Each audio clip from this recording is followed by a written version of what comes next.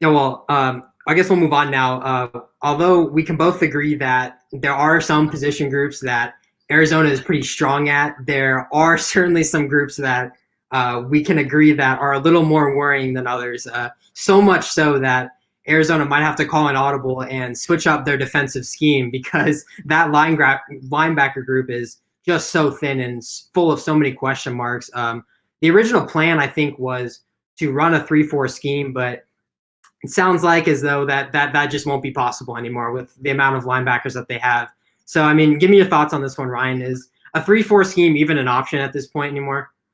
I don't think so. I mean, I have heard encouraging things about like some young guys. Like the one guy, especially, is DJ Morning.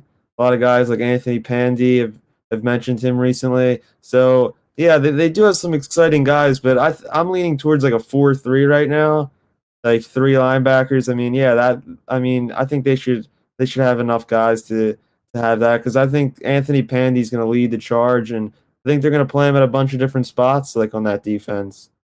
Yeah, I think a 3-4 scheme at this point just can't be a real option anymore. You can't expect to have four linebackers on the field at the same time when you only have five or six linebackers on scholarship, right? I mean, I know that there's a couple of walk-ons at that linebacker position, but I still think four linebackers on the field is just not an option anymore.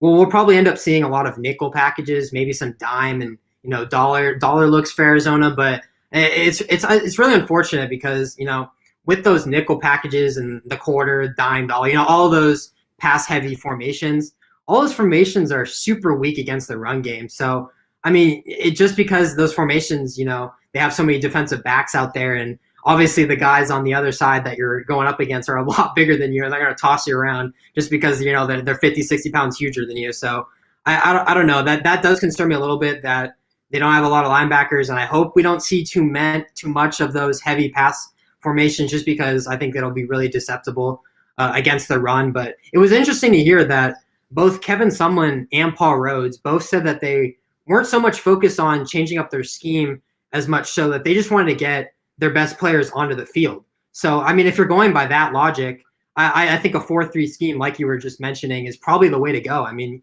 you can have Anthony Pandy and DJ Morning, and then you can have Jalen Harris as that third linebacker. And I actually think that would be a really realistic option because, Jalen Harris did talk a lot about him playing a lot more pass coverage. They had him playing dropping back in coverage as well as rushing the passer. So that's kind of what that outside linebacker does in that 4-3 scheme. So maybe that's what they're prepping him for. So I don't know. I think a 4-3 scheme probably is the move that might be what we see at this point. Yeah, I mean, it's just looking back at it, it's such a shame because this defense did have some potential this year. I mean, like Jalen Harris, Anthony Pandy, like losing like Colin Schooler, Tony Fields, like they could have been like I think a very much improved defense from a year ago, and just sucks because all those guys had to leave. But yeah, I'm actually excited because this leaves more chances for some of these younger players and that's what they need to do. They need to develop their young players. And hearing from like Paul Rhodes like a few days ago, he was saying that that it's still early on, so they're drawing a lot of question marks. Like they don't really know where they're going because it's so early. So it was kind of like made me worry because a little bit because like it's like they're only 3 weeks out like tomorrow, so I don't know what they're really gonna do. Yeah, it's a real shame because if this pandemic wasn't a thing, we would still have Colin Schooler and Tony Fields, and this linebacker group would be a little more better. But I honestly though, I think Arizona's best defensive scheme at this point is just to not play defense. I mean, like what I mean by that is that like they should hope to play and be on the field as little as possible, right? I mean, like Arizona's offensive game plan should just be slow and steady, right? Chew the clock, long drives, a lot of plays, waste as much time as possible so that your defense is on the field for as little as possible. Because, I mean, that was half the reason why Arizona's defense wasn't very good last year. They gave up a ton of points, mainly just because the offense would have a lot of 3-and-outs. They would just be chucking bombs down the field, when they're at their own 25. So, like the offense gave the defense so many poor opportunities last year, and the defense had their backs up against the goal line almost all game. So, I mean, like, I really do hope that, we see a little bit of a shift in scheme on the offensive side to kind of help out the defense. I don't think a lot of people really like to think about that. When you think of defensive struggles, you think, oh my gosh, what do I do on defense? Well, you got a team that can help you out as well. So I hope that the offense can kind of help the defense out and switch their scheme to a more slow and steady pace and just kind of control the game and allow your defense to not be on the field and have a lot of those big opportunities. Yeah, it all starts with the offense. I mean, you're right. Like when they're like it's not the Big 12. Like you can't just be chucking balls up every play, throwing it 60 times. Like we said, they have a ton of running backs that I love. So they need to use them a lot this season and just keep that, like you said, keep that defense off the field as much as they can. And I think that offense would actually work really great. I think Grant Gunnell runs that kind of offense really well, at least from what we saw last year. I mean, a lot of those check downs, there's 5 or 10 yard gains. That was something that really separated Grant Gunnell from Khalil Tate. I think if you wanted to kind of compare the two, I think that we saw hundreds of times where Khalil Tate would just launch a 40-yard bomb down the field and miss his receiver on third down when he could have just hit his check down coming across the middle down in the flat. So I don't know. I think Grant Gunnell might fit this scheme a little bit better, and I think now having to only worry about one quarterback is really beneficial to this team because last year they were game planning for two different quarterbacks. They had a certain amount of plays for Khalil Tate, they had certain plays for Grant Gunnell, and the two were just so different. The schemes just didn't match. So now you can just focus on Grant Gunnell. You can run that offensive slow and steady and really help out the defense with that. So I think that's a really realistic option. I hope Arizona does end up trying to do that. Yeah, no offense or team works when you got two quarterbacks changing in and out of the game and like trying to get their reps. That just unless you're Georgia or Clemson or Alabama, where you've got Justin Fields and Jake Fromm, but it doesn't work like that anymore, right? Yeah, they're different. They're a different breed. I mean, they got 5-star guys coming in left and right.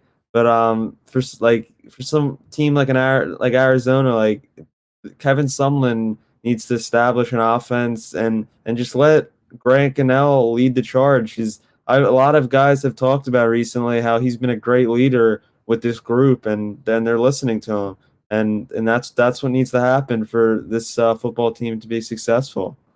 Yeah, if only Grant Gunnell and Khalil Tate were on the same level as Tua Tagovailoa and Jalen Hurts, where they can run that duo quarterback system. But I mean, going back to, I want to talk about the offense a little bit more. I know that this segment is supposed to be about the defense, but the offense is going to be helping out the defense in a way that if they give the keys to the Porsche and they give it to Grant Gunnell, I think that scheme it would just work great because you slow down the tempo and it would just work out great. I think so. Not having to worry about those two different quarterbacks, I think that's the move. And if you want to get super nitpicky about what the defense should do and what the defense should not do, I think you should look to the other side of the ball and say, hey, instead of chucking a 20-yard bomb on first down, let's run the ball. Let's hand it off, get 4 or 5, 6 yards, and we can start working and move the chain slow and steady, right? Like the Patriots do. Like it's a viable option, and I hope that Arizona can end up doing that to save its defense a little bit. Yeah, I agree. That's the way you win football games. You can't be throwing it that much. But on the other hand, if the defense can't keep the opposing team's offense off the field and they're letting up like if they go down like 30 to like 10 like early on or something big, like it's just going to be hard for them to come back, and that's when you start making mistakes, throwing interceptions and all that. Yeah. Well, they can't throw an interception if you run the ball. That's what I'm saying. Like, if you slow down this offense, and sure, if your defense gives up a touchdown on the opening drive, okay, we'll just waste half the quarter and try to at least get 3 points on the board. And if we only get 3 points and we're down 7-3 at the end of the first, oh well, right? We just chewed up that entire first quarter. So I don't know. I think even if this defense gives up a ton of points, I think if the offense runs in a way where they control the game, they chew all the clock, and they kind of control that clock and run the game, I don't see the defense being on the field long enough for them to blow the game. You know what I mean? Like if Arizona is controlling the game on the offensive side, I don't think they'll be much of a concern on the defensive side. Because sure, they'll give up the touchdown, but your offense can just waste half the quarter and try to get those points back. Yeah, and it all goes back to Coach Kevin Sumlin. It's going to be like it's going to be to see if he can actually come up with a good game plan and be a good game day coach because yeah, he recruits all right in the state of Arizona. He hasn't established that nationally yet in Tucson, but let's see what he has come game day because there's a lot of great college football coaches out there, but when it comes to the in-game plays, late in games, they don't bring the good stuff. So yeah, we'll see. I definitely think this is a proving year for Kevin Sumlin and Noel Mazzoni because now you have your guy in Grant Gunnell, right? You have the guy that you recruited to come in here to run your scheme. I think this is certainly a proving year for the coaches. We'll go ahead and move on to our last topic.